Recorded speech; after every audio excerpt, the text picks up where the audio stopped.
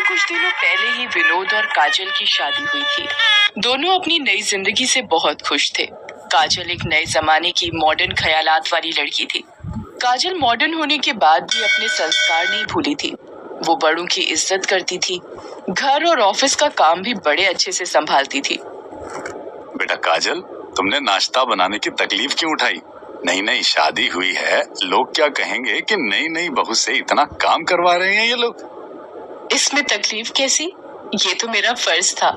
मुझे आप लोगों की सेवा कर खुशी मिलती है। तभी विनोद वहाँ आता है। काजल, मेरा नाश्ता लगा दो, मुझे ऑफिस के लिए देर हो रही है। अरे अभी अभी तुम दोनों की शादी हुई है, तुम दोनों साथ में कुछ समय बिताओ, कहीं घूमने जाओ। तुम दोनों तो सामाजिक उलझन में उलझ गए। ये दिन जिंदगी में सिर्फ एक बार ही आते हैं। मैंने तुम दोनों के लिए गोवा में हनीमून पैकेज बुक करा दिया है। कल तुम लोगों को निकलना है, इसलिए पैकिंग शुरू कर दो। मम्मी जी, आप भी ना, इसकी क्या जरूरत थी?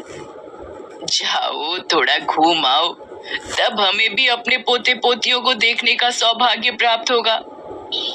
अगले दिन विनोद और काजल अपना हनीमून मनाने गोवा के लिए रवाना हो जाते हैं। घर पर अरविंद और ललिता अकेले रह जाते हैं। दोनों साथ में घर पर अपने पुराने वक्त को याद करते हैं और साथ में अच्छा वक्त बिताते हैं। अजी सुनते हो, मैंने तुम्हारी गैस की दवाई यहाँ रख दी है, सोने से पहले खा लेना। अरे इधर आओ डार्लिंग, तुमने बहुत अच्छा किया जो बेटे और बहू को हनीमून के लिए भेज दिया। हमें भी अकेले गुजारने के लिए कुछ समय मिल गया। क्या कुछ भी, आप भी ना इस उम्र में रोमांटिक हो रहे हैं। अरे जिसकी इतनी खूबसूरत बीवी हो, वो कैसे रोमांटिक ना हो। ऐसे ही कुछ दिन बीत जाते हैं। काजल और विनोद भी अपने हनीमून से वापस आ जाते हैं। कैसा रहा हनीमून? साथ में अच्छे से एंजॉय किया ना? हाँ मम्मी जी, गोवा बहुत रोमांटिक जगह है। हमें भी जल्द दादा दादी बनने की खुशखबरी चाहिए। काजल शर्माते हुए वहाँ से भाग जाती है। एक दिन पड़ोस में रहने वाली सरला बुआ घर पर आती हैं। सरला बुआ मोहल्ले की एक एक खबर रखती थी। मोहल्ले के लोग उन्हें खबरी बुआ भी कहते थे। अरे ओ ललिता, कब खुशखबरी सुना रही हो दादी बनने की? दीदी, आप तो जानती हैं आजकल के बच्चों को अपने मन की करते हैं। ये तो सब वक्त वक्त की बात है। एक दिन काजल किचन में खाना बना रही थी, तभी उसकी तबीयत थोड़ी बिगड़ जाती है और उसे हल्का चक्कर आने लगता है। ललिता वहाँ आती है और उसे संभालती है और उसे पानी पीने को देती है। क्या हुआ बेटा, तुम्हारी तबीयत अचानक ऐसे कैसे बिगड़ गई?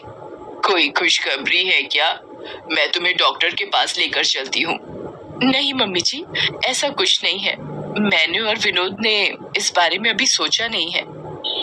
कुछ दिनों बाद ललिता की तबीयत बिगड़ने लगती है। उसे उल्टी और चक्कर आने लगते हैं। माँ ठीक तो है ना? हमें कल ही डॉक्टर को जाकर दिखाना चाहिए। अरे नहीं बेटा, पेट में गैस हो गई होगी। इस उम्र में तो ये सब होता ही है। तभी सरला बुआ वहाँ आ जाती है। हाय रे ललिता, इस समय तो तुम्हारी बहू को उल्टियाँ और चक्कर आनी चाहिए थी। इस उम्र में तो अपच होना आम बात है। कुछ दिनों बाद ललिता का पेट भी बाहर निकलने लगता है। ललिता अरविंद से जाकर बात करती है। अजी सुनते हो? अरे बोलो मेरी जान। मुझे लगता है मैं गर्भवती हूँ। उल्टी और चक्कर आना, उसके बाद मेरे पेट का यूं फूल जाना कोई मामूली बात नहीं है। अरे ये क्या बोल रही हो? हम कल ही जाकर डॉक्टर को दिखाएंगे। बधाई हो, आप माँ बनने वाली हैं। ये क्या हो गया? दादी बनने की उम्र में मैं माँ बनने वाली हूँ। ओह, मेरे बेटा बहू क्या कहेंगे? सारा समाज हम पर हंसेगा। आप चिंता मत कीजिए, आजकल ये सब नॉर्मल है। माँ बनना तो दुनिया के सबसे खूबसूरत लम्हों में से एक है। आजकल औरतें किसी भी उम्र में माँ बन सकती हैं। हमें उससे क्या? हम समाज में क्या मुंह लेकर जाएंगे? घर पर काजल और विनोद दोनों की राह देख रहे थे। मुझे बहुत डर लग रहा है, सब कुछ ठीक होगा ना? मैं भी भगवान से यही प्रार्थना कर रही हूँ, मम्मी जी को कोई गंभीर बीमारी ना हो। मैं पापा को कॉल करके पूछ लेता हूँ। तभी अरविंद और ललिता वहाँ आ जाते हैं। क्या कहा डॉक्टर साहब ने? सब सब ठीक है ना? हाँ बेटा, सब ठीक है। भगवान का लाख लाख शुक्र है कोई बड़ी बीमारी नहीं हुई। बेटा, वो वो हम तुम्हें बताना चाहते हैं कि अरे वो ललिता माँ बनने वाली है। तभी वहाँ सरला बुआ भी आ जाती है। क्या मम्मी जी फिर से माँ बनने वाली हैं? वो भी इस उम्र में? हाय दैया, शायद उम्र के साथ मेरे कान भी खराब हो गए हैं। मैंने कुछ गलत ही सुन लिया। ये सच है सरला दीदी? ये कैसे हो सकता है? बहू के गर्भवती होने के समय सास गर्भवती है। हे राम, रहीमन संसार में भांति भांति के लोग। डोंट वरी मम्मी जी, ये सब आजकल कॉमन है। आजकल की औरतें अपने सपने पूरे करने के लिए उम्र होने के बाद भी सैरोगेट मदर बनना पसंद करती हैं। ललिता को समाज का डर था कि समाज के लोग क्या बोलेंगे। आस पड़ोस वाले सभी हंसेंगे और उनका मजाक बनाएंगे। सरला बुआ मोहल्ले में सभी को जाकर ये बात बता देती हैं। आस पड़ोस की औरतें ललिता के घर पर जमा हो जाती हैं। ये मैं क्या सुन रही हूँ ललिता? क्या ये सच है? मुझे तो यकीन ही नहीं हुआ, इसीलिए भागी भागी यहाँ चली आई। इसीलिए कल मैंने अरविंद भैया को इमली ले जाते हुए देखा था। मुझे लगा था बहू खुशखबरी देने वाली है, लेकिन यहाँ तो सास ही। तभी वहाँ काजल आ जाती है। मम्मी जी, आपको आराम करना चाहिए। इन औरतों को तो सिर्फ गॉसिप करने के लिए टॉपिक चाहिए। लेकिन ये सब तो सच कह रही है ना? हमारा समाज अभी इन बातों को नहीं मानता है। मम्मी जी, आप इतना मत सोचिए, अभी आपको आराम की जरूरत है। ऐसे ही कुछ दिन और बीत जाते हैं। ललिता का 7वां महीना चल रहा होता है। काजल और विनोद बड़ी खुशी से अपनी गर्भवती सास ललिता के लिए गोद भराई की रस्म का आयोजन करते हैं। काजल मोहल्ले में जाकर सभी औरतों को निमंत्रित कराती है। सरला बुआ, कल सासू माँ की गोद भराई है। आप सभी उन्हें और उनके बच्चे को आशीर्वाद देने जरूर आइएगा। हाय रे काजल, तुम बड़ी भोली हो। अरविंद और ललिता की उम्र हो चली है। इस उम्र में कोई कैसे गर्भवती हो सकती है? बच्चे के भविष्य का क्या? सारी जिम्मेदारी तुम पर और विनोद पर आ जाएगी। उसकी चिंता आप न करें, हमें नए मेहमान के आने की तैयारी करनी है।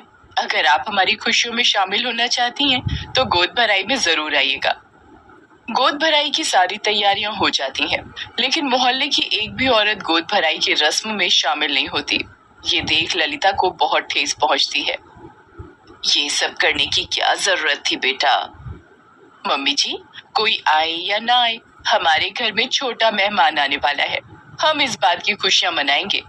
काजल खुशी से ढोल बजाकर गीत गाती है। ढोलक की आवाज सुनकर मोहल्ले की औरतें भी आनी शुरू हो जाती हैं। सभी मिलकर गीत गाती हैं और खुशी से नाचती हैं। आप सबका बहुत बहुत धन्यवाद। आप सब हमारी खुशियों में शामिल होने यहाँ आए। आते कैसे नहीं, तुमने इतने जोश और उमंग से ढोलक बजाया, हम लोग अपने आप को यहाँ आने से रोक नहीं पाए। ये मेरे अंदर की खुशी है जो आपको इस ढोलक की आवाज के साथ आ रही है।